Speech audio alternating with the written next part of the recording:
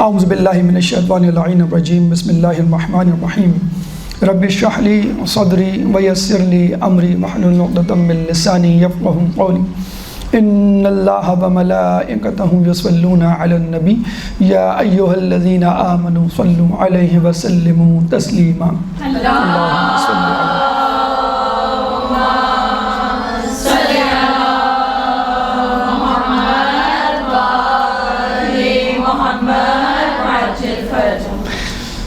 انسان کی عقل اس بات کی گواہی دیتی ہے کہ اگر کوئی شخص آپ پر احسان کرے تو آپ اس کے احسان کو پلٹائیں، یعنی اگر اس نے آپ کے ساتھ نیکی کی ہے تو آپ اس کے ساتھ نیکی کریں، اس نے آپ کو کوئی تحفہ دیا ہے تو آپ بھی اس کو ویسا ہی تحفہ دیں، اس نے آپ کے ساتھ جو احسان کیا ہے اس احسان کو بوقت ضرورت اس کے اوپر بھی کریں۔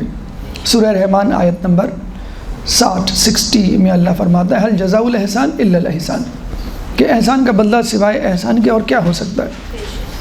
چنانچہ ہم دیکھتے ہیں کہ ہم انسان ایک دوسرے پہ تو احسان کو پلٹا سکتے لیکن خالق کے احسان کو خالق پر نہیں پلٹا سکتے۔ اس نے ہمیں وجود دیا، اس نے ہمیں نعمتیں دی، اب ہم اس کو وجود نہیں دے سکتے، ہم اس کو وہ نعمتیں نہیں دے سکتے، بلکہ ہم جس زبان سے اس کا شکر ادا کر رہے ہیں وہ زبان اس کی دی ہوئی ہے، وہ عقل اس کی دی ہوئی ہے جس کو استعمال کر کے ہم اس کے بارے میں سوچ رہے ہیں۔ تو پھر ہم کیا کریں؟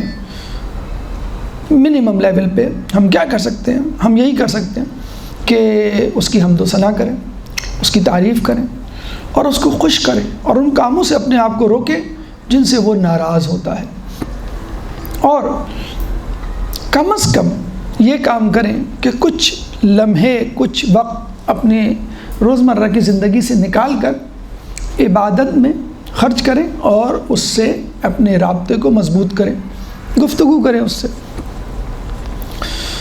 اسی لیے ہم دیکھتے ہیں کہ دنیا کے ہر مذہب میں کسی نہ کسی طور پہ خدا کا تصور موجود ہے، اور پھر اس کے لیے عبادت گاہیں بھی ہیں، مثلا گرجا گھر ہیں، مندر ہیں، مسجد ہیں، سائناگوگز ہیں۔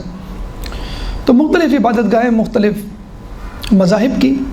اب یہ الگ بات ہے کہ لوگوں کو صحیح طور پر صحیح طریقے پر عبادت کا فہم نہیں، جو کہ انبیاء نے ہم کو دیا ہے الحمدللہ۔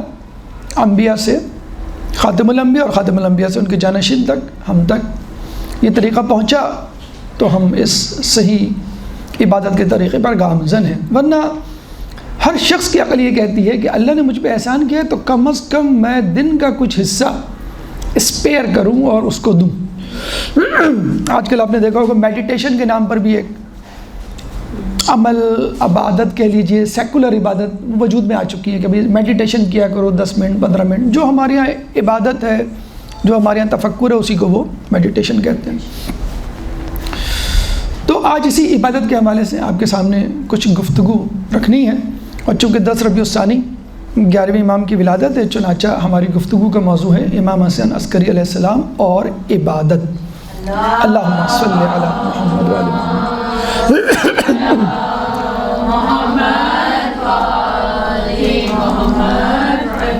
عبادت میں بھی ہمارا فوکس محور نماز کے ہوگا، کیونکہ الصلاۃ معراج المومن، اور بہترین عمل بہترین عبادت نماز کو قرار دیا گیا ہے۔ تو سب سے پہلے تو ہم اس کے معنی کو لے لیتے ہیں۔ کسی بھی موضوع پر گفتگو اور آشنائی علم حاصل کرنے سے پہلے اگر اس کے لفظ اور مفہوم کو سمجھ لیں ہم تو اس کو درک کرنے میں آسانی ہوتی ہے۔ راغب اصفہانی اپنی مفردات جو مشہور ترین ڈکشنری ہے اس میں کہتے ہیں کہ عبادت جو ہے وہ لفظ عابد سے نکلا ہے، اور عبد کا مطلب ہے عجز و انکساری کی انتہائی شکل، یعنی انسان اتنا گر جائے کہ مزید گرنے کی گنجائش نہ ہو، کہ اپنے آپ کو غلام اور محکوم۔ اس لیے کچھ لوگوں نے عبد کا مطلب غلام اور محکوم بھی لیا، یعنی جو حکم دیا جائے اس کو بجا لائے، جو کہا جائے منوعن اس پہ عمل کیا جائے، بے چون و چرا، یعنی پوچھا نہ جائے میں کیوں کروں۔ تو عجز و انکساری کی انتہائی شکل، محکوم غلام، ان کو کہا جاتا ہے عبد۔ عبادت وہ طریقہ کہ جس کے ذریعے آپ عبدیت حاصل کرتے ہیں۔ اصطلاحی معنی ہر وہ کام جو خدا کی خوشنودی کے لیے کیا جائے، نماز، روزہ، زکوٰۃ، حج، جہاد، جو کچھ بھی آپ کرتے ہیں خدا کے نام پر۔ اب یہاں بھی یہ بات طے ہو گئی کہ عبادت فقط ذکر و اذکار، حرکات و سکنات، چند مناسک ادا کرنے کا نام نہیں ہے، جیسے کہ نماز، روزہ، زکوٰۃ، حج میں ہم دیکھتے ہیں۔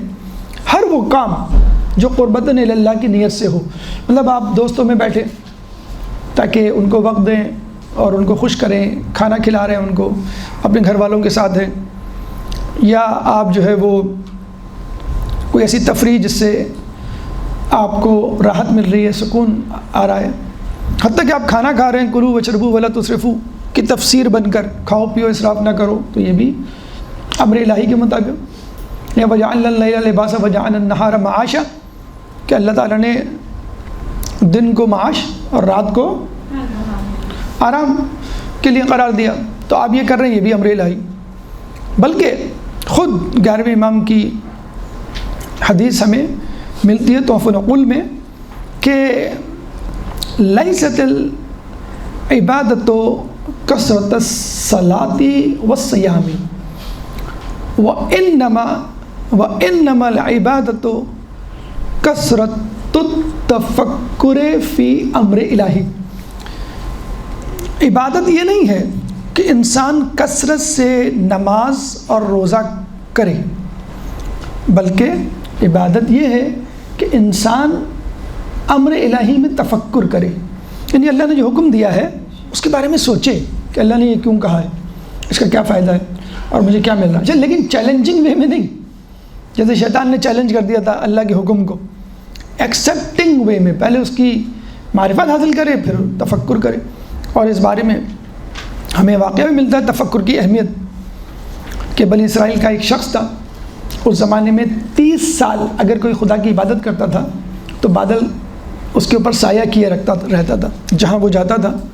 جس طرح ہمارے یہاں جو ہے وہ فوج میں رینک ملتے ہیں، بھئی یہ 10 سال سرو کر چکے ہیں، یہ کرنل، یہ بریگیڈر، یہ جنرل وغیرہ وغیرہ، تو بادل اگر آ جائے آپ کے سر کے اوپر، وہ آپ کے ساتھ ساتھ چل رہا ہے، اس کا مطلب ہے آپ نے 30 سال زندگی کے گناہوں سے دور عبادت میں گزار دیے، یہ ایک عہدہ مل جاتا تھا۔ اب 30 سال عبادت کے بعد جب وہ باہر نکلا تو کوئی بادل کا ٹکڑا نہیں اس کے اوپر، اب وہ پریشان، اپنی ماں کے پاس گیا، کہنے لگا ماں میرے ساتھ یہ ہوا، آج بھی ہم کتنے بڑے کیوں نہ ہو جائیں، ڈاکٹر انجینئر بن جائیں، صاحب حکومت، کوئی مشکل ہوتی ہے تو ماں سے پوچھتے ہیں اماں آپ بتائیں، ماں صحیح فیصلہ دیتی ہے، اس کی طبیعت آپ کی طبیعت سے واقف ہوتی ہے۔ جگہ تم سوچو تم نے کبھی عبادت میں کوئی وقفہ دیا ہو؟ کہ ماں میں نے کبھی وقفہ نہیں دیا، میں نے اللہ کو ہمیشہ یاد رکھا، حتیٰ کہ یہ بھی ہوا ہے کہ میں باہر نکلا ایک رات تو تاروں بھری رات تھی، آسمان کی طرف میں نے دیکھا، تھوڑی دیر کے لیے میں نے دیکھا، پھر میں نے کہا نہیں اس سے میری توجہ ہٹ رہی ہے، میں دوبارہ عبادت میں مشغول ہونا چاہتا ہوں، تو میں دوبارہ عبادت میں لگ گیا۔ تو ماں نے کہا کہ تم نے تاروں بھری رات آسمانوں پہ تارے دیکھے تفکر نہیں کیا کہ ان کو بنانے والا کتنا خوبصورت حسین ہوگا جب تارے اتنے خوبصورت، کہلیں نہیں، کہلیں بس یہی تو تم نے ایک غلط کام کیا، یہ تفکر بھی عبادت ہے، 1 سال کا تفکر 70 سال کی عبادت سے بہتر ہے۔ جب کسی نے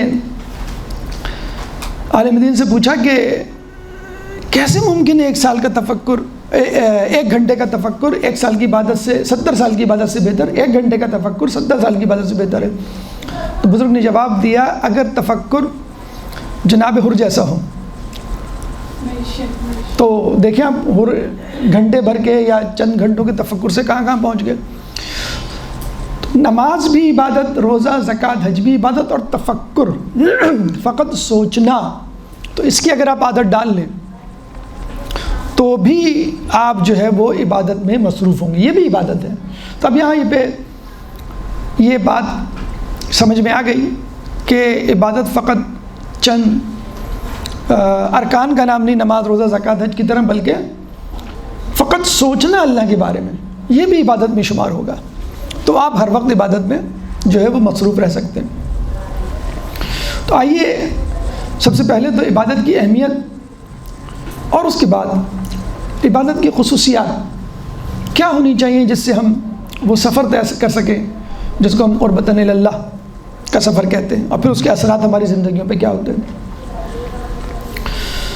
عبادت کی اہمیت سورہ زاریات آیت نمبر 56، سورہ زاریات قرآن کا 51واں سورہ ہے، چیپٹر 51 ورس نمبر 56۔ اللہ فرماتا ہے وما خلقت الجن والانس الا ليعبدون، کہ ہم نے جن و انس کو پیدا ہی نہیں کیا سوائے اس کی کہ وہ ہماری عبادت کریں۔ تو بس یہ کافی ہے، اب مزید اہمیت ہم مزید کیا بیان کریں؟ آپ کا مقصد تخلیق، آپ کو پیدا کرنے کا سبب وجہ ہی یہی ہے کہ آپ اللہ کی عبادت کریں، تو بس۔ اور عبادت ہم نے بتلا دیا، فقط نماز روزے کا نام نہیں، اس کا مطلب یہ نہیں کالج یونیورسٹی کاروبار آفس کمپنی چھوڑ کر گھر کے کام کاج چھوڑ کر آپ مسلم نہیں، ہر وہ چیز جو خدا کی رضا کے لیے ہو، حتیٰ کہ تفکر فی الامر الہی، یہ بھی جو ہے وہ عبادت ہے۔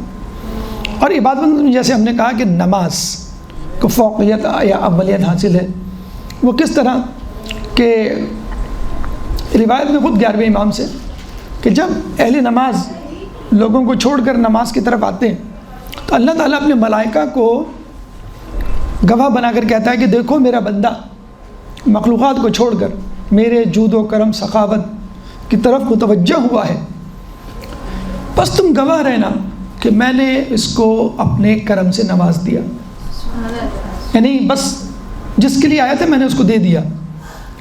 تو کتنی بڑی منزل ہے، کتنا بڑا مقام ہے جو ایک انسان عبادت کر کے حاصل کرتا ہے۔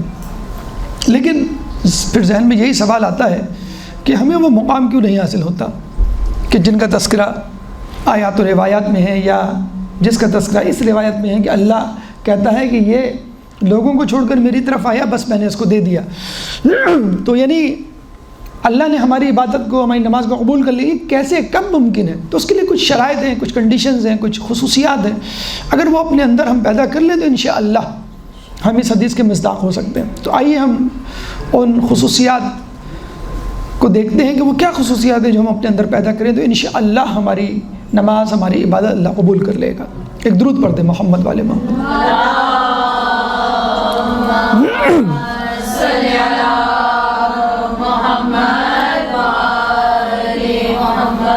پہلی شرط، پہلی صفت یقین۔ دیکھیں ایک چیز ہوتی ہے ایمان، ایمان سے پہلے ہوتا ہے اسلام۔ اسلام یعنی اللہ، اس کے رسول کی شہادت دینا، ایمان یعنی دل میں اس کو تسلیم کر لینا۔ ایک ہوتا ہے یقین، یقین مثلا میں نے دھواں اٹھتے ہوئے دیکھا تو میں نے کہا کہ بھئی یہاں یقیناً آگ جل رہی ہے، ٹھیک ہے، میں نے کالی گھٹائیں دیکھی تو میں نے کہا بس اب بارش ہونے والی ہے، لیکن میں نے اپنی آنکھوں سے تو آگ کو نہیں دیکھا، میں نے اپنی آنکھوں سے تو بارش کو نہیں دیکھا۔ تو یقیناً 100% جیسے آپ اس جگہ موجود ہیں، جیسے یہ دیوار ہے، یہ چھت ہے، یہ سامنے ہماری چیزیں پڑی ہوئی ہیں، اسی طرح جنت دوزخ، خدا، ملائکہ، جنات کو اپنے سامنے حاضر یا پیش پانا۔ یقین، اتنا یقین کہ اگر میں اللہ کی طرف جا رہا ہوں، اللہ کو پکاروں گا تو اللہ میری پکار کو سنے گا۔ وَإِذَا سَأَلَكَ عِبَادِي عَنِّي فَإِنِّي قَرِيبٌ أُجِيبُ دَعْوَةَ الدَّاعِ إِذَا دَعَانِ، سورہ بقرہ آیت نمبر 186، چیپٹر 2 ورس نمبر 186۔ اذا سألک عبادی عنی، جب تم سے میرے بندے میرے بارے میں سوال کریں، فإنی قریب، میں ان کے قریب ہوتا ہوں، اجیب، میں ان کی دعا کو قبول کرتا ہوں، اجیب دعوت الداعی، پکارنے والے کی پکار کو قبول کرتا ہوں، اذا دعان، جب وہ پکارتا ہے۔ تو اگر یہ آیت، اگر یہ یقین آپ کے اندر موجود ہے، اس آیت کے اندر موجود یقین آپ کے اندر ہے تو انشاءاللہ آپ جب پکاریں گے وہ آپ کو لبیک کہے گا۔ اور اس کے لیے پریکٹس، تمرین، تکرار، استقلال ضروری ہے۔ اگر آپ کے ہمیں پہلی مرتبہ میری نماز ایسی ہو جائے، بچہ جب پہلی مرتبہ لکھتا ہے تو غلط لکھتا ہے، جب کوئی کام ہوتا ہے پہلی مرتبہ غلط ہوتا ہے، تو اسٹیپ بائی اسٹیپ، مرحلہ وار وہ چیز بہتر ہوتی چلی جائے گی۔ اس لیے اللہ تعالیٰ ایک اور جگہ سورہ حجر آیت نمبر 99، چیپٹر 15 ورس نمبر 99 میں فرماتا ہے وَعْبُدْ رَبَّكَ حَتَّى يَأْتِيكَ الْيَقِينُ، اپنے رب کی عبادت کرو حتیٰ کہ تم یقین تک پہنچ جاؤ۔ کچھ لوگوں نے یقین کے آگے بریکٹ میں لکھا ہے موت، یعنی یا تو یقین تک پہنچ جاؤ یا پھر یقین حاصل کرتے کرتے مر جاؤ۔ یقین کے حصول کی کوشش میں اگر انسان مر جائے تو وہ یقین کا حامل سمجھا جائے گا۔ ہمارے یہاں کوشش کی اہمیت ہے، کامیابی کی اہمیت نہیں ہے، جبکہ دنیا کے امتحان میں کامیابی کی اہمیت، ڈگری کی امپورٹنس ہوتی ہے۔ آپ جا رہے ہیں، آپ کا پیپر بہت اچھا ہونے والا ہے، پوری تیاری ہے، خدا نخواستہ ایکسیڈنٹ ہو جاتا ہے یا امتحان سے پہلے بیمار پڑتا، آپ کو ڈگری نہیں دی جائے گی کہ آپ نے کوشش کی۔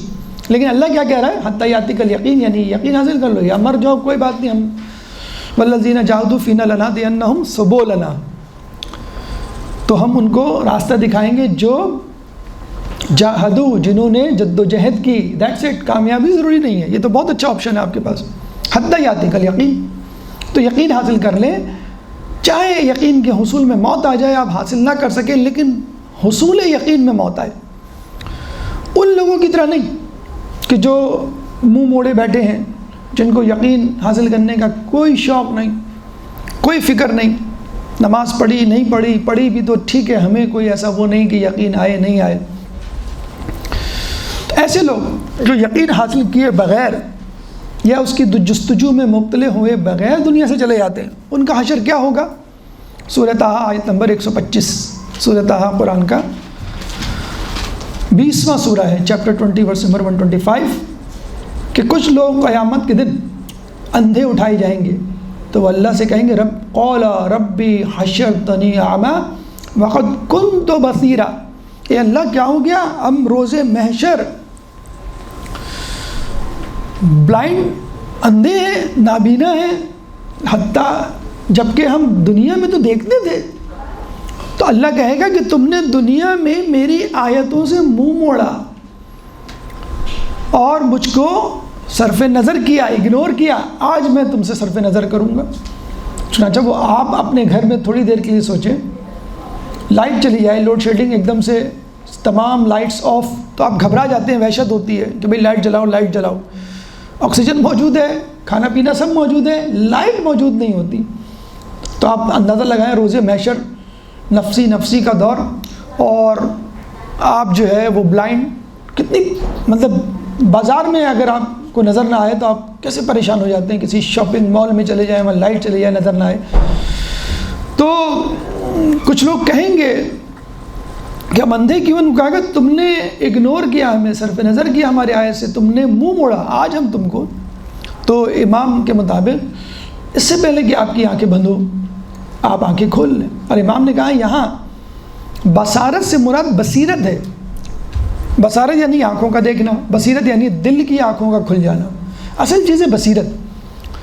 دنیا میں بہت سارے لوگ ہیں، ایجوکیٹڈ لوگ ہیں، خوشحال ہیں، عقل والے ہیں، لیکن ان کی عقل پر پردہ پڑا ہوا ہے یا وہ دین سے منہ موڑے ہوئے ہیں۔ تو یہ وہی اندھے لوگ ہیں جو قیامت میں اندھے اٹھائے جائیں گے۔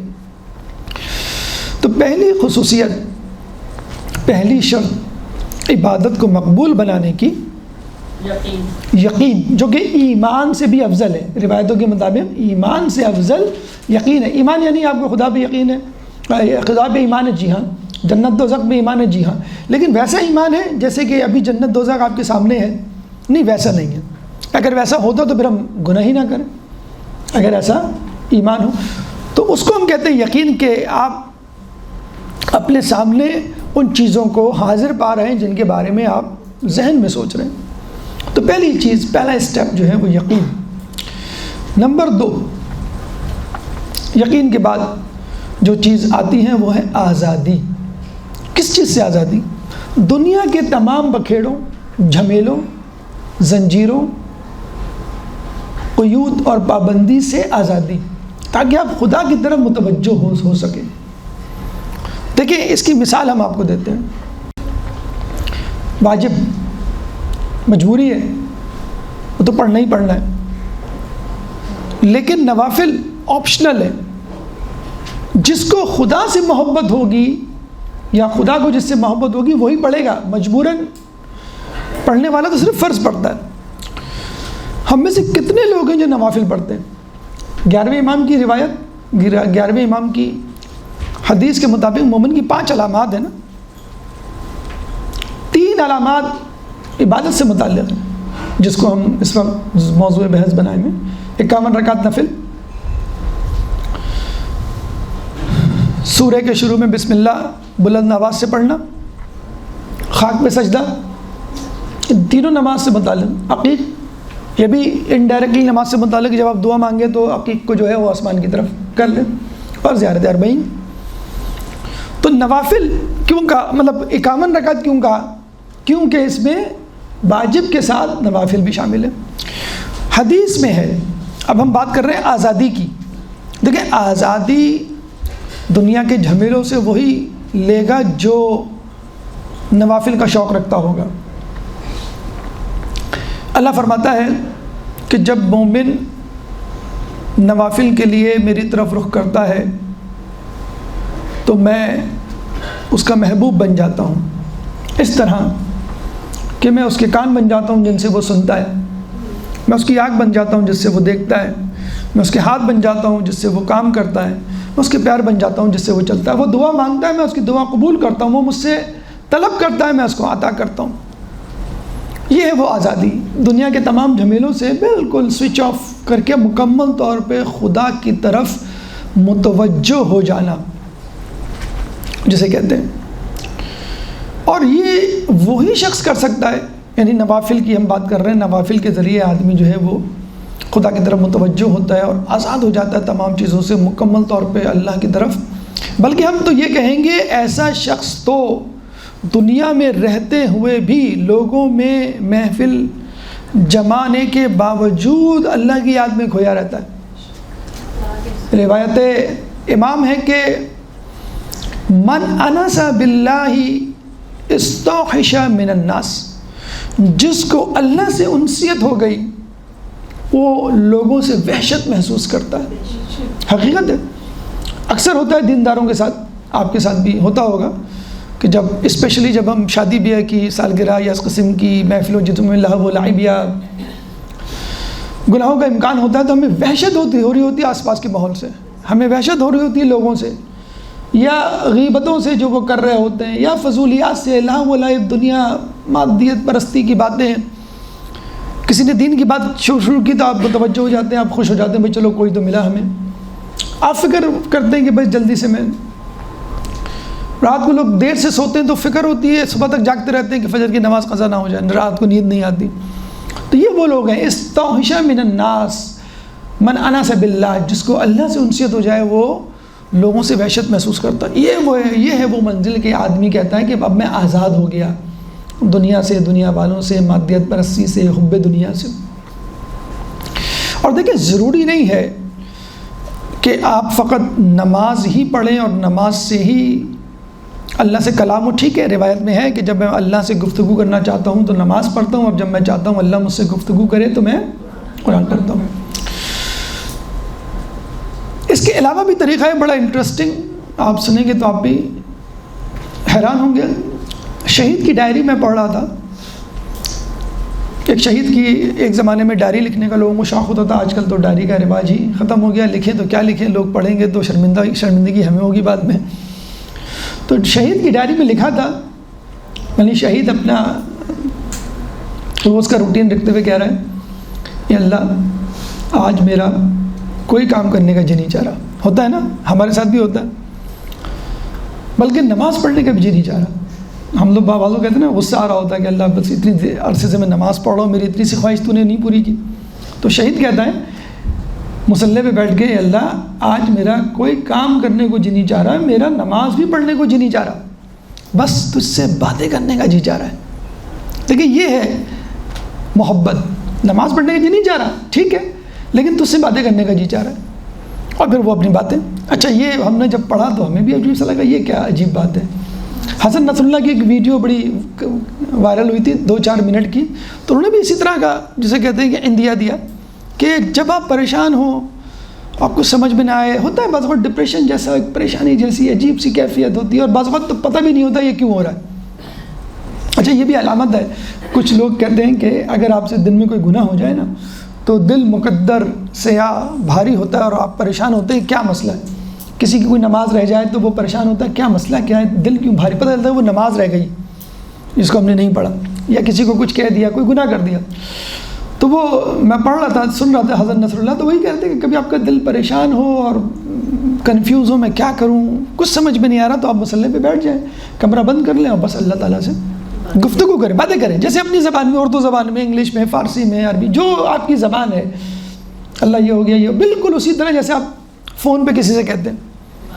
جب آپ فون پہ کسی کو کہیں گے تو وہ غیبت ہو جائے گی کہ بھئی فلاں فلاں نے یہ کہہ دیا, آپ اللہ سے کہیں, وہ تو غیبت نہیں ہوگی نا کہ اللہ میری ماں نے یہ کہہ دیا حالانکہ ایسا نہیں ہے, میری ساس نے کہہ دیا ایسا نہیں ہے, میرے دوست نے ایسا کہہ دیا حالانکہ میں کیا کروں.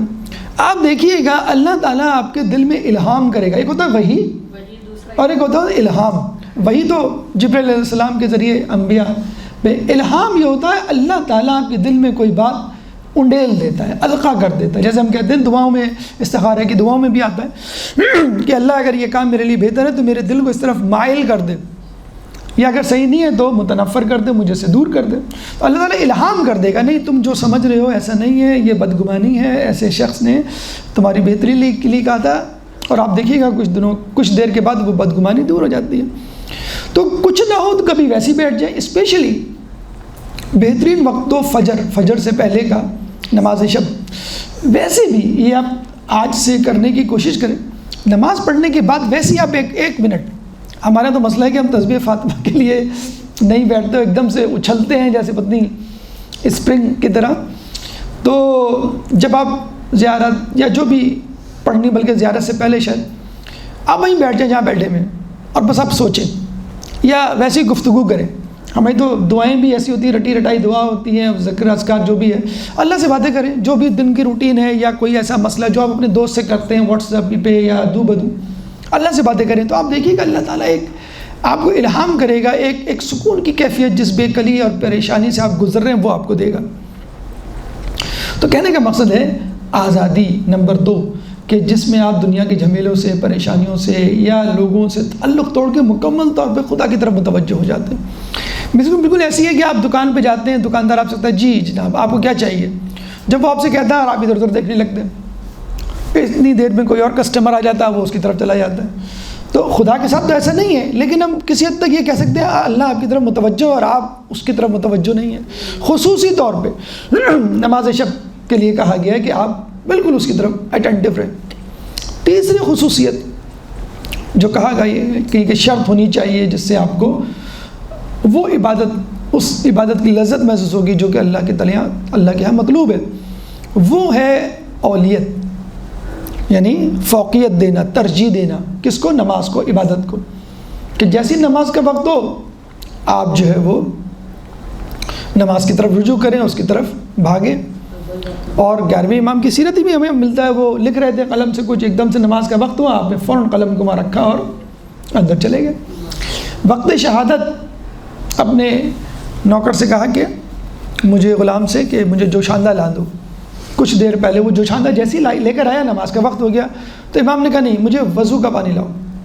ہمارے سامنے اگر چائے رکھی جائے اور نماز کا وقت ہو جائے تو ہم کہیں گے ابھی نہیں, چائے ٹھنڈی ہو جائے گی, ہم جو ہے تو. اور پھر نماز پڑھی اور جوشاندہ پیے بغیر جو ہے اس دار فانی سے کوچ کر گئے. مولا فرماتے ہیں کہ اگر تم ڈوب رہے ہو اور نماز کا وقت آ جائے تو تم نماز کی نیت کر لو. یعنی ڈوبتے ہوئے بھی نماز کی نیت کرتے ہوئے تم اس دنیا سے رخصت ہو. اگر تم تکبیر اولا نہیں کہہ سکتے, اگر تم ہاتھ نہیں اٹھا سکتے, رکوع سجود نہیں کر سکتے, نیت کر لو کہ میں نماز پڑھتا ہوں, اور آپ جو ہے وہ ڈوب کے مر جائیں. یہ زیادہ بہتر حالت ہے. اولیت جسے کہتے ہیں نا, اولیت, پرائرٹی, ترجیح دینا. اس کے بعد جو چیز ہے وہ ہے خاصیت, یا جسے کہتے ہیں کہ کوالٹی. ہم کہتے ہیں نا بھی کوانٹٹی کے ساتھ کوالٹی بھی ریکوائرڈ ہے. تو ارکان نماز کو سکون کے ساتھ ادا کرنا. مسجد نبوی میں ایک شخص آتا ہے, جلدی جلدی نماز پڑھتا ہے, جلدی جلدی رکوع سجود کرتا ہے, تو اللہ کے رسول کیا کہتے ہیں, اگر یہ اسی نماز پہ دنیا سے رخصت ہوا تو یہ ہم میں سے نہیں۔ ایک شخص رسول کے پاس آتا ہے، رسول کو دیکھتا ہے کہ وہ گھر کی تعمیر کر رہے ہیں، تو وہ کہتا ہے کہ میں مزدور ہوں اور گھر بناتا ہوں، آپ کا بھی گھر بنا دیتا ہوں، آپ کی مدد کر دیتا ہوں۔ رسول نے کہا ٹھیک ہے کر دو۔ اب وہ آتا ہے، پھر آپ کی وہ مدد کرتا ہے۔ مدد کرنے کے بعد رسول پوچھتے ہیں بھائی تمہاری کیا اجرت ہوئی؟ ہم ہوتے تو کہتے تھے بھائی ٹھیک ہے تم نے خود تو کہا تھا، بس ٹھیک ہے اب جاؤ۔ تو رسول نے کہا کیا اجرت ہوئی، کیا لوگے مزدوری؟ تو اس نے کہا بڑا اچھا موقع ہے، رسول تو سب کچھ دے سکتے ہیں، مجھے جنت میں گھر چاہیے۔ رسول سے کہا ویسے وہ ایک عورت تھی نا موسیٰ علیہ السلام کے زمانے میں، تو اس کے ساتھ کچھ ایسے ہی تھا مسئلہ، کوئی احسان کیا تو موسیٰ علیہ السلام نے کہا کہ آپ کا پڑوس چاہیے، تو بہرحال ان کو دینا پڑا۔ تو رسول نے بھی کہا ٹھیک ہے۔ رسول نے پہلے دیکھا اس کو، مسکرائے، یعنی بڑی بڑھیا چیز مانگی تم نے، اور کہا کہ ٹھیک ہے جنت میں تمہارا گھر ہوا ہے، لیکن کیا کہا؟ لیکن تم کو طولانی سجدے کے ذریعے ہماری مدد کرنی ہوگی۔ یعنی ایک چیز جو مزید ابھی کنڈیشنل ہے، مشروط ہے، وہ ہے طولانی سجدے۔ تو قیام، رکوع، تشہد، سجدے سکون سے طولانی ہو، لیکن خصوصی طور پہ سجدے کا جو حکم ہے طولانی سجدے، یہ بہت اہمیت کا حامل ہے۔ اور ابھی آپ نے سنا 11ویں امام کی روایت کہ خاک پہ سجدہ، فقط سجدہ نہیں، یعنی خاک پہ طولانی سجدہ۔ اور خاک پہ سجدے کی آپ کو معلوم ہے اہمیت اور حیثیت کیا ہے، کہ ہم عقل کو جو دنیا کی اہم ترین برترین شے ہے اس کو خاک، جو کم ترین شے ہے، حقیر ترین شے ہے، اس پہ رکھتے ہیں۔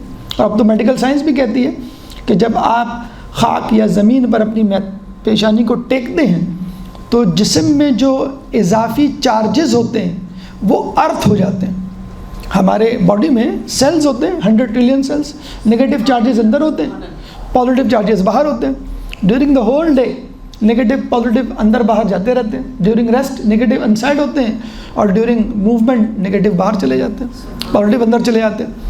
تو اس موومنٹ کے دوران at the end of the day جب آپ سونے جا رہے ہوتے ہیں تو کچھ اضافی چارجز ڈس بیلنس ہوتے ہیں، ورنہ رزلٹ زیرو آنا چاہیے۔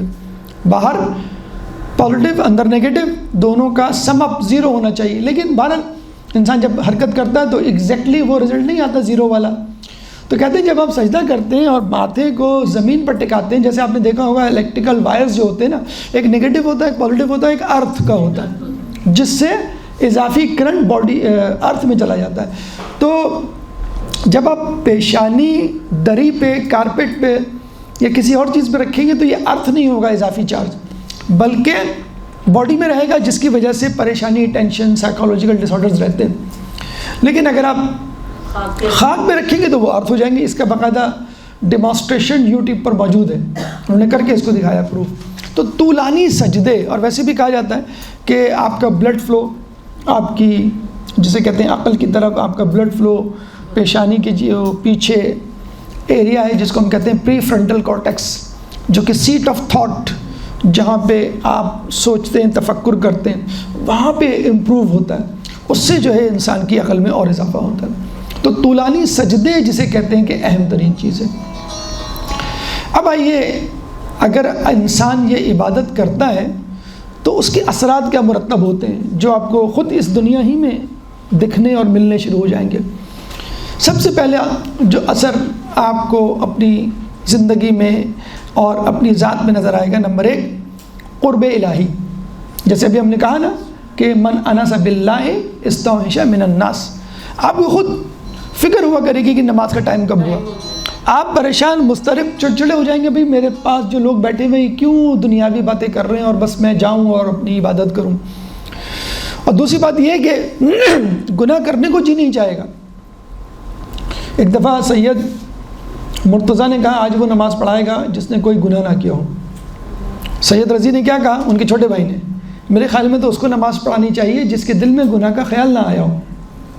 اور ان دونوں بھائیوں کے بارے میں کہا جاتا ہے کہ ان دونوں بھائیوں نے زندگی میں کبھی مکروہ کام نہیں کیا، گناہ اور حرام تو بہت دور کی بات ہے، اور واقعی کیا لوگ تھے۔ تو کہنے کا مقصد یہ ہے کہ جب خدا آپ کے کان بن جائے گا، آنکھ بن جائے گا، ہاتھ بن جائے گا، پیر بن جائے گا، خود آپ میں سما جائے گا، آپ ویسے تو حلول نہیں کر سکتا لیکن معنوی طور پہ آپ کا دل ہی نہیں جائے گا، ورنہ اگر گناہ کا خیال ابھی بھی دل میں آتا ہے یا کسی پرانے گناہ کو یاد کر کے آپ لطف اندوز ہوتے ہیں تو اس کا مطلب ہے ابھی بھی قربت الہی آپ کے اندر پیدا نہیں ہوئی، اللہ کے قریب نہیں ہوتا۔ پہلی جو چیز آپ محسوس کریں گے کہ لوگوں سے وحشت ہوگی، یا آپ کو میں ایک سمپل سا ایک فارمولہ کسی بزرگ سے کسی نے پوچھا کہ مجھے کیسے پتہ چلے گا کہ میں حق پر ہوں، اللہ مجھ سے راضی ہے اور میرا انجام بالخیر ہوگا یا میں جنت میں جاؤں گا، ہوتا ہے نا ٹیمپریچر کیا ہے میرا ایمان کا؟ تو بزرگ نے بڑا اچھا جواب دیا کہ ابھی تم سے کہا جائے کہ آج تمہیں مرنا ہے تو تمہیں خوشی ہوگی یا غم ہوگا؟ بھائی ایک اسٹوڈنٹ ہے، اس نے بہت اچھا پیپر دیا ہے، اس کو کہا جائے کہ آج تمہارا رزلٹ آ رہا ہے، وہ ایکسائٹڈ ہو جائے گا، اچھا آنے والا ہے، ہلکا سا خوف تو ہوگا بہرحال لیکن ایکسائٹمنٹ زیادہ اس پہ حاوی ہوگی۔ اور جس نے پیپر برا دیا ہے وہ پریشان ہوگا کہ بھائی میں نہیں سے ابو ذر غفاری سے کسی نے کہا نا کہ لوگ کیوں ڈرتے ہیں موت سے، ابو ذر غفاری نے کہا کہ تم نے اپنی دنیا کو آباد کر رکھا ہے، آخرت کو برباد کر رکھا ہے۔ کوئی بھی شخص آبادی سے بربادی کی طرف جانا پسند نہیں کرتا۔ یعنی دبئی میں ایک آدمی بیٹھا ہے، اس نے لاکھوں کروڑوں روپے پاکستان کما کے بھیج دیے، اب سے گھر والے کہہ رہے ہیں کہ آ جاؤ 7 پشتیں تمہاری کھائیں گی، نوکر چاکر گھر سواری ہر چیز موجود ہے۔ تو دبئی کی گورنمنٹ کہتی ہے بھائی آپ جائیں، تو کیا وہ خوش نہیں ہوگا؟ وہ تو خوش ہوگا، اب تو مجھے گدھے گھوڑوں کی طرح گدھا مزدوری نہیں کرنی، اب تو وہاں انتظار کر رہے۔ تو جب آپ نیکیاں کریں گے اور اوپر پہنچائیں گے اور آپ کو کہا جائے گا چلیے بھائی جنت تیار ہے آپ کے لیے، تو آپ تو کہیں گے بھائی ٹھیک ہے، اس سے بہتر کیا بات ہو سکتی ہے، جان چھوٹ گئی میری یہاں سے۔ تو جسے کہتے ہیں کہ قرب الہی، اتنا قرب الہی کہ جب آپ سے کہا جائے کہ بھائی اس دنیا کو چھوڑنا ہے تو آپ کے چہرے پہ مسکراہٹ ہے، اچھا ویل ڈن، بہت اچھی بات ہے، میں ان لوگوں کے پاس جا رہا ہوں کہ انعمت علیہم، کہ جن لوگوں پر تیرا انعام نازل ہوا وہ تیرے پاس ہیں۔ شہید ابن مظاہر نے کیا کہا تھا کہ اب جو ہے یہ نماز میں آپ کے نانا کے پاس جنت میں پڑھوں گا، مطلب اتنا یقین کہ بس اب میں جا رہا ہوں۔ تو قرب الہی۔ نمبر 2، دوسرا اثر جو پیدا ہوتا ہے وہ ہے مدد الہی۔ مدد الہی کیسے کہ آپ دعا کرتے ہیں اور بس وہ قبول ہو جاتی ہے، مستجاب الدعوات۔ علامہ مجلسی کے والد نماز شب پڑھ رہے تھے، نماز شب پڑھنے کے بعد ان کو ایک خوشبو سی محسوس ہوئی پورے ماحول میں۔ مطلب کتنے تو مجتہدین علماء گزرے ہیں جن کے بارے میں کہا جاتا ہے جب وہ تسبیح کرتے تھے تو دیواروں سے تسبیح کی آواز آتی تھی، معصومین تو خیر بہرحال وہ تھے ہی اس منزل پہ، تو یہ ایسا ہوتا ہے۔ تو کہہ رہے ہیں کہ میں نے جب نماز شب پڑھی تو مجھے جو ہے وہ خوشبو محسوس ہوئی، ایک دم سے میرے دل میں خیال آیا کہ مجھے دعا مانگنی چاہیے، یہ استجاب دعا کا وقت ہے۔ اب وہ سوچ رہے ہیں ایک دم سے بچے کے رونے کی آواز آئی۔ ہم ہوتے تو دروازہ زور سے بند کرتے، اسی وقت میں جو ہے وہ ایک صاحب جو کہہ رہے تھے نا کہ میڈیٹیشن میں کرتا ہوں تو اسی وقت میری بیوی کو اپنی بہن سے باتیں کرنی ہوتی ہیں، اپنی امی سے باتیں کرنی ہوتی ہیں، تو ہم چڑھ جاتے ہیں نا۔ گھر والے ہمیں اکثر خواتین کو دیکھا گیا ہے وہ دروازہ بند کر کے، تو یہ آپ کو تو انوالو کر رہے ہیں نا۔ اچھا ہے گھر میں نماز پڑھنے کو اس لیے کہا گیا ہے کہ گھر والے موٹیویٹ ہوں اور آپ کی طرف متوجہ۔ تو کہہ رہے ہیں ان کے بچے کے رونے کی آواز آئی، انہوں نے فوراً کہا اے اللہ اس بچے کو مبلغ بنا، اور وہ بچہ پھر علامہ مجلسی بنا، اور انہوں نے جو ہے وہ بہار الانوار لکھی۔ مطلب کتب اربع کسی کو نہیں نام یاد ہوں گے، بہار الانوار جس کو یاد ہے۔ وہ کہتے ہیں نا ایک لطیفہ بھی ہے، اگر آپ کو ریفرنس نہیں یاد آئے تو آپ کہتے ہیں بہار میں لکھا ہے، بہار تو سمندر ہے، ہوگا کہیں نہ کہیں۔ تو دعا کی اور دعا قبول ہو گئی۔ اچھا بعض اوقات تو دعا کرتے قبول ہوتی ہے، بعض اوقات دعا نہ کریں کیونکہ آپ مصروف ہوتے ہیں عبادت میں اور اللہ کی طرف متوجہ ہوتے ہیں کہ دعا ہی بھول جاتے ہیں، تو اللہ پھر آپ کی ضرورت کو خود سمجھ لیتا ہے۔ امام 11ویں امام کے بارے میں ملتا ہے کہ بعض اوقات ایسا بھی ہوا ہے کہ ان کو ظالم جلادوں نے اور جو داروغہ ہوتے تھے قید خانے کے، انہوں نے جا کے جنگل میں ڈال دیا اور انتظار کیا کہ بس اب کوئی شیر کوئی وحشی درندہ آیا اور ان کو کھائے۔ نماز کا وقت ہوئے، بڑے سکون سے اٹھے امام، نماز پڑھی، جیسے ہی کوئی درندہ آیا ان کے چاروں طرف چکر لگانے لگا جیسے کہ ان کی حفاظت کر رہا ہوں۔ اچھا یہ تو امام کی بات۔ ابو ذر غفاری کے بارے میں ملتا ہے، ابو ذر غفاری کے بارے میں ملتا ہے کہ وہ اولین ایمان لانے والوں میں شامل تھے اور بڑے فخر سے کہا کرتے تھے کہ تم تو رسول اللہ کہتے ہو یا رسول اللہ، اور میں کہتا ہوں یا حبیبی، یار، جیسے اردو میں کہتے ہیں نا یار۔ ان کے ہم عمر بھی تھے، اولین بھی تھے اور بڑے فری تھے رسول اللہ سے، تو کہتے تھے کہ یا رسول اللہ میں یا حبیبی میں جو ہوں مدینے سے باہر میری وہ ہے رہائش، وہاں میرا فارم ہے، بھیڑ بکریاں ہیں، لیکن میرا جی نہیں چاہتا وہاں جانے کا. وہی نا من انس باللہ استعشا من الناس، وہ تو بھیڑ تھے. تو میں کیا کروں، میں چاہتا ہوں آپ کے ساتھ رہوں. تو رسول نے کہا نہیں کوئی بات نہیں، تم کبھی کبھی آ جائے کرو، لیکن تم اپنے فارم پر اپنے گھر پہ جا کر رہائش اختیار کرو. تو یہ بیچارے چاروں ناچار چلے گئے. یہ نماز پڑھ رہے تھے، نماز پڑھتے ہوئے ایک دم سے بھیڑیا آیا. اب یہ سوچ رہے میں نماز پڑھوں کہ بھیڑیوں کو. ہمارا تو یہ کہ نماز پڑھنے کھڑے ہوں، ڈرامہ شروع ہو جائے، پروگرام آ جائے، T20 کا میچ شروع ہو جائے تو جلدی سے. تو اب یہ سوچ رہے تھے، انہوں نے کہا کہ نہیں مجھے نماز کنٹینیو کرنی ہے. کہتے ہیں اسی وقت ایک شیر آیا، اس نے بھیڑیے کو کھا لیا، اور پھر فصیح عربی زبان میں کہا کہ آپ فکر نہ کریں، نماز کنٹینیو کریں، میں حفاظت کر رہا ہوں. کہتے ہیں کہ جب انہوں نے آگے رسول کو یہ واقعہ سنایا تو کچھ منافق ناراض ہوئے، کہا یہ جھوٹ بول رہے ہیں. تو ابو ذر نے کہا تم خود آ جاؤ میرے ساتھ. تو وہ گئے، انہوں نے اپنی آنکھوں سے دیکھا کہ ہاں بھائی ابو ذر. تو کبھی تو آپ دعا مانگیں گے تو قبول ہوگی، کبھی آپ دعا نہیں بھی مانگیں تو اللہ تعالیٰ اس طرح کام بنا دے گا. وہ ہم 11ویں امام کے بارے میں ملتا ہے نا کہ وہ لکھ رہے تھے، لکھتے لکھتے اندر چلے گئے، واپس آئے تو 2-4 صفحے قلم واز کنٹینیو. وہ شاید میں نے پہلے ہی بتایا ہو، ہمارا ایک اسٹوڈنٹ کو ہم نے واقعہ سنایا تو اس نے دوسرے دن آ کے کہا سر یہ روایت غلط ہے. ہم نے کہا کیسے غلط ہے؟ کہنا سر وہ کل ہوم ورک ملا تھا ہم کو اور ہم نے ہوم ورک شروع کیا، نماز کا وقت ہوا. میں نے کہا بھئی آپ کا ٹائم وہ تو نہیں تھا. کہنے لگے سر وہ ہوم ورک زیادہ ملا تھا تو ہم نے سوچا امام کی روایت پہ عمل کریں. جیسی نماز کا وقت شروع ہوا اسی وقت ہم کھول کے بیٹھ گئے اور فوراً قلم چھوڑا، کرنٹ لگا ہو جیسے. اندر چلے گا، بڑی لمبی نماز پڑھی کہ ہوم ورک کمپلیٹ ہو چکا ہوگا. جب واپس آئے تو قلم وہیں پڑا ہوا ہے اور پہلی ایکسرسائز، پہلا سم جو ہم نے لکھا تھا وہ اس سے آگے بڑھا ہی نہیں. تو ہم نے اس کو کہا جب آپ کی نماز امام حسن عسکری علیہ السلام جیسی ہو جائے گی اس وقت آپ کا قلم چلنا شروع ہوگا. تو کہنے کا مقصد یہ ہے کہ کبھی آپ دعا مانگیں گے تو قبول ہوگی، کبھی آپ دعا نہیں بھی مانگیں گے تو بھی. اور یہ حقیقت ہے، ان تنصروا اللہ ینصرکم، تم اللہ کی مدد کرو اللہ تمہاری مدد کرے گا. آپ بس یہ دعا بھی کر لینا، اے اللہ میں تیرا کام کر رہا ہوں، کر رہی ہوں، دین کا کام جیسے کچھ لوگ لگے ہوئے ہوتے ہیں، تو میرا کام کر دے. تو کوئی ایسی چیز میرے اوپر مسلط نہ کر کہ جس سے دین پر عمل کرنا مشکل ہو جائے. بس سب سے اہم کام، سب سے اچھا. اس میں کیا ہوتا ہے کہ بعض وقت پیسہ، مثلا لوگ پیسے کی دعا کرتے ہیں لیکن پیسہ اتنا ہو جاتا ہے کہ اس پیسے سے جو چیزیں آ رہی ہوتی ہیں، گھر، گاڑی، سواری، فرنیچر، اس میں آدمی اتنا مشغول ہوتا ہے کہ آدمی جو ہے وہ دینداری جو ہے یا نماز جو ہے وہ بھول جاتا ہے. تو کبھی آپ دعا کریں گے قبول ہوگی، کبھی دعا نہیں کریں گے. اہم چیز، سب سے اہم چیز آخر میں تیسرا اثر نمازوں کا، عبادت کا کیا ہوتا ہے؟ توفیقات الہی. دیکھیں آپ کو کیسے پتہ چلے کہ آپ صحیح جا رہے ہیں یا غلط جا رہے ہیں؟ اگر آپ کو نیکی کے موقع ملتے چلے جائیں، درس سننے کا، درس پڑھنے کا، کتابیں پڑھنے کا، نماز کا، خود بخود آنکھ کھل جاتی ہے. 2:30-3 بجے بھی لوگ سو رہے ہوتے ہیں بعض اوقات، لیکن ایک دم سے 5 بجے بغیر الارم کے لوگ اٹھ جاتے ہیں. کچھ لوگ جو ہیں بھائی 11 بجے 12 بجے بھی سو رہے ہوتے ہیں، پوری نیند بھی لے رہے ہوتے ہیں لیکن فجر میں آنکھ نہیں کھلتی. لیکن کچھ لوگوں کی پھر بھی کتنے بجے بھی سوئیں کھل جاتی ہیں. پہلے زمانے میں تو الارم ہی نہیں تھے بارہ.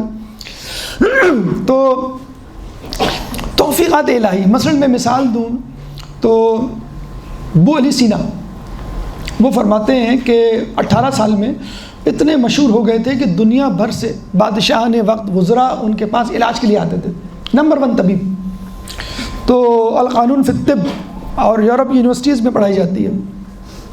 تو وہ کہتے ہیں جب بھی مجھے کوئی پریشانی ہوتی تھی تو میں مسجد چلا جاتا تھا، وہاں 2 رکعت نماز پڑھتا تھا اور میرا مسئلہ حل ہو جاتا تھا.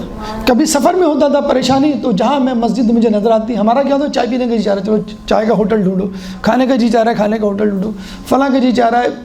وہاں مسجدیں لوگ ڈھونڈتے تھے کہ جہاں مسجد نظر آئی وہاں جا کے انہوں نے نماز پڑھ لی. شہید مطہری وہ کہتے ہیں کہ مجھے جو کچھ ملا اسی شب بیداری نماز شب. شہید مطہری کے بارے میں ملتا ہے کہ جب وہ تہران یونیورسٹی گئے تھے اور تہران یونیورسٹی کے فلسفے کے اساتذہ نے ان کا انٹرویو لیا تھا، تو انٹرویو لے کے جب وہ تھک گئے تو کہا کہ 20 نمبر تھے آپ کے انٹرویو کے، تو 20 میں سے 20 آپ نے لے لیے، اب ہم اپنے علم میں اضافے کے لیے آپ سے کچھ پوچھنا چاہتے ہیں. اتنا بڑا مقام تھا شہید مطہری کا کہ امام خمینی سے کسی نے کہا میں فلاں مثلا ارسطو کی کتابیں پڑھنا چاہتا ہوں فلسفے کے لیے، تو انہوں نے کہا کیا میرا بیٹا مر گیا ہے کیا اس کی کتابیں ختم ہو گئی ہیں کہ تم اس کی کتابیں نہیں پڑھتے؟ پھر آیت اللہ مرشی نجفی کیا وصیت کی تھی کہ میری میت میں، میری قبر میں، میرے کفن میں وہ جائے نماز، وہ مصلی رکھ دینا کہ جس پہ میں نے 70 سال نماز شب، عبادت نہیں، نماز شب پڑھی ہے۔ آیت اللہ مرشد نجفی کے بارے میں کہا جاتا ہے 70 سال تک وہ حرم معصومہ قم کو کھولنے والے سب سے پہلے فرد اس میں داخل ہونے والے ہوتے ہیں۔ 70 سال آپ توجہ کریں، اور ان کی کیفیت یہ تھی کہ وہ رو برو دو بدو امام زمانہ سے ملاقات کیا کرتے تھے، خواب کی حالت میں نہیں، رو برو، اور اتنے ریلیکس اور کول کہ ایک دفعہ امام آئے تو وہ چائے پی رہے تھے، انہوں نے کہا امام چائے پیجئے، بتائیں ہم آلودہ ان آلودہ چیزوں سے اپنے آپ کو آلودہ، ان کثافتوں سے اپنے آپ کو آلودہ نہیں کرتے۔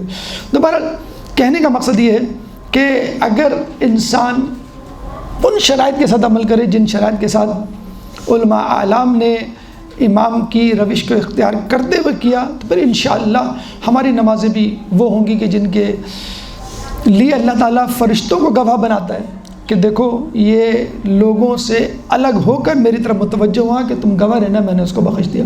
اللہ تعالیٰ سے دعا ہے کہ ہمیں اللہ تعالیٰ کی عبادت اس طرح کرنے کی توفیق عطا فرما جس طرح کی وہ طلب کرتا ہے، جس طرح کی مطلوب ہے۔ خدا سے دعا ہے کہ جو پریشان حال ہیں ان کی پریشانی کو دور فرما، جو بے روزگار ہیں ان کو رزق حلال عطا فرما، جو زندان میں ان کو رہائی عطا فرما، جو سفر میں ان کو منزل عطا فرما، جو گمشدہ ہیں ان کو ان کے پیاروں سے ملا، جو مقروض ہیں ان کے قرضوں کو ادا فرما، جو کرونا جیسی متعدی بیماری سے مبتلا ہیں ان کو ان بیماری سے آزاد فرما۔ مسلمان دنیا میں جہاں جہاں ظلم و ستم کا نشانہ بنے ہیں ان سے ظلم و ستم کو دور فرما، امام کے ظہور میں تعجیل فرما، ہمیں ان کے انصار و اعوان میں شامل فرما۔ ربنا تقبل منا انک انت السمیع العلیم وتب علینا انک انت التواب الرحیم برحمتک یا ارحم الراحمین۔